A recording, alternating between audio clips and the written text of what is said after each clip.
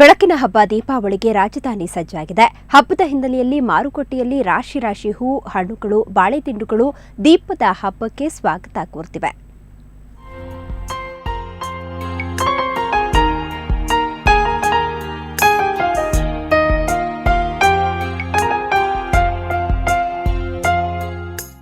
ದುಂಡು ಮಲ್ಲಿಗೆಯ ಸುವಾಸನೆ, ಜಾಜಿ ಮಲ್ಲಿಗೆಯ ಕಂಪು, ಕನಕಾಂಬರಿಯ ಅಬ್ಬರ, ಬಾಳೆ ದಿಂಡುಗಳ ರಾಶಿ, ದೀಪಗಳ ಸಾಲು, ಆಕಾಶ ಬುಟ್ಟಿಯ ಸೌಂದರ್ಯ, ಎತ್ತ ಕಣ್ಣು ಹಾಯಿಸಿದ್ರೂ ಬಣ್ಣ ಬಣ್ಣದ ಲೋಕ.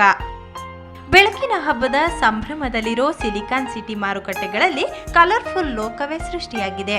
ಆದರೆ ಎಂದಿನಂತೆ ಬೆಲೆ ಏರಿಕೆ ಜನರಲ್ಲಿ ಬೇಸರ ಮೂಡಿಸಿದೆ. ಆದರೂ ದಿನ ದಿನ ಹಬ್ಬ ಬರಲ್ವಲ್ಲ, ಹಾಗಾಗಿ ಖರೀದಿ ಮಾತ್ರ ಜೋರಾಗಿಯೇ ಇದೆ. ಇವತ್ತಿನ ರೇಟ್ ಬಂದು 300 ಇದೆ, ನಾಳೆ ರೇಟ್ ಬಂದು 600 ಆಗುತ್ತೆ. ಇವತ್ತು ವ್ಯಾಪಾರ ಕಡಿಮೆ ರೇಟಲ್ಲಿ ಇವತ್ತು ಕೊಟ್ಟು ತೊಗೊಂಡೋಗ್ತಾರೆ. ನಾಳೆ ತೊಗೊಳ್ಳೋ ವಸ್ತುಗಳನ್ನ ನಾಳೆ ರೇಟ್ ಜಾಸ್ತಿ ಇರುತ್ತೆ. ಅದರಿಂದ ಹಬ್ಬಕ್ಕೆ ದೀಪಾವಳಿ ಏನಿದ್ರು ಮಾಡೇ ಮಾಡ್ತಾರೆ. ವರ್ಷಕ್ಕೊಂದು ಸತಿ ಮಲ್ಲಿಗೆ ಹೂವು ಈ ಸೀಸನ್ನಲ್ಲಿ ಕಡಿಮೆ ಬರುತ್ತೆ, ಅದರಿಂದ ರೇಟ್ ಜಾಸ್ತಿ ಆಗುತ್ತೆ. ಮಹತ್ತರವಾದ ಹಬ್ಬ ಹಿಂದೂಗಳಿಗೆ, ಮತ್ತು ಎಸ್ಪೆಷಲಿ ನಮ್ಮ ಕರ್ನಾಟಕದಲ್ಲಿ ಇದನ್ನು ತುಂಬ ಗ್ರ್ಯಾಂಡಾಗಿ ಆಚರಿಸ್ತೀವಿ. ಹಾಗೆ ಈ ವರ್ಷವೂ ನಾವು ಆಚರಿಸ್ತಿದ್ದೇವೆ. ಹೌದು, ಎಲ್ಲ ಕಡೆ ರೇಟ್ಗಳು ಸ್ವಲ್ಪ ಜಾಸ್ತಿ ಆಗಿದೆ, ಬಟ್ ಆದರೂ ಹಬ್ಬ ಆಚರಿಸಲೇಬೇಕು ಗ್ರ್ಯಾಂಡಾಗಿ. ಅದರಿಂದ ನಾವು ಈಗ ಶಾಪಿಂಗ್ ಮಾಡ್ತಿದ್ದೀವಿ, ದೀಪಗಳನ್ನ ತೊಗೊಳ್ತಾ ಇದ್ದೀವಿ. ಬೆಳಕಿನ ಹಬ್ಬ ಅದರಿಂದ ದೀಪಕ್ಕೆ ತುಂಬ ಇಂಪಾರ್ಟೆನ್ಸ್ ಇರೋದ್ರಿಂದ ಡಿಫ್ರೆಂಟ್ ದೀಪಗಳನ್ನ ಪರ್ಚೇಸ್ ಮಾಡ್ತಾ ಇದ್ದೀವಿ. ಏನೇ ಆಗಲಿ ಹಬ್ಬ ಆಚರಿಸಲೇಬೇಕು. ಬೆಳಕಿನ ಹಬ್ಬ ಅದ್ದೂರಿಯಾಗಂತೂ ಇರಲೇಬೇಕು. ಆದರೆ ದೀಪಾವಳಿಯನ್ನ ಪಟಾಕಿ ಸಿಡಿಸಿ ಆಚರಿಸುವ ಬದಲು ದೀಪ ಬೆಳಗಿಸಿ ಆಚರಿಸಿ ಅನ್ನೋದಷ್ಟೇ ನಮ್ಮ ಕಿವಿ ಮಾತು.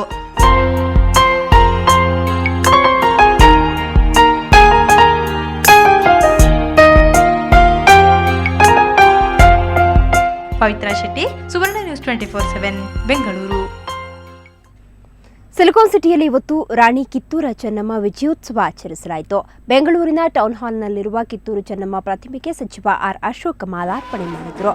ಕನ್ನಡ ಮತ್ತು ಸಂಸ್ಕೃತಿ ಇಲಾಖೆ ಆಯೋಜಿಸಿದ ಕಾರ್ಯಕ್ರಮದಲ್ಲಿ ವಿವಿಧ ಜಾನಪದ ಕಲೆಗಳು ಮೇಳೈಸಿದವು.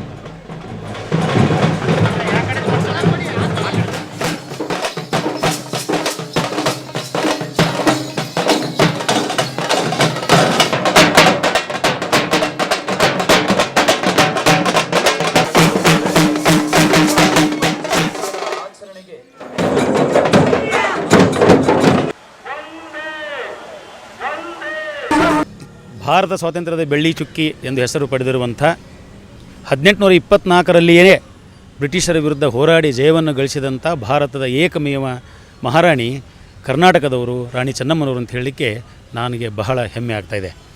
ಆ ವಿಜಯೋತ್ಸವದ ಸ್ಮರಣೆಗಾಗಿ